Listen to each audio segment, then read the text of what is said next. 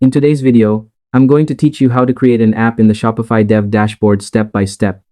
Whether you're building your first Shopify app, experimenting with new features, or setting up an app for a client or team project, this simple guide will walk you through everything you need to know so you can get started with confidence. First, open your browser and go to the Shopify partner site, making sure you're already signed in to your account. Once you're on your main dashboard, you should see your accounts, products, and overall partner tools.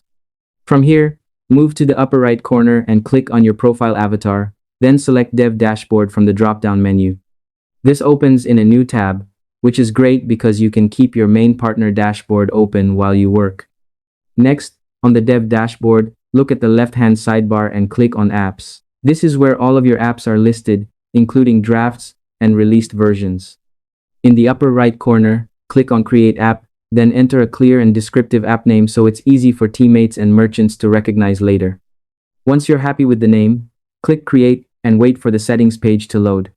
Once you've completed these steps, you'll land on the app settings page where the real setup begins. Start by setting your app URL, which is the base HTTPS address where your app is hosted and where Shopify sends requests.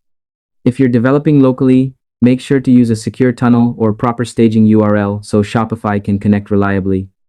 After that, choose the correct webhooks API version that matches what your app expects, helping you avoid breaking changes later on. Then, configure your scopes carefully, requesting only the permissions your app actually needs, and add redirect URLs for OAuth, double-checking them to avoid authentication errors. If needed, enable Shopify POS embedding or set up an app proxy depending on your app's functionality. And that's all there is to it.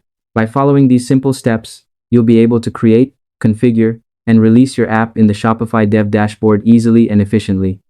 Once everything looks good, just click Release, add a version name and message, and confirm. Thanks for watching, and I hope you found this tutorial helpful as you continue building, testing, and refining your Shopify app experience.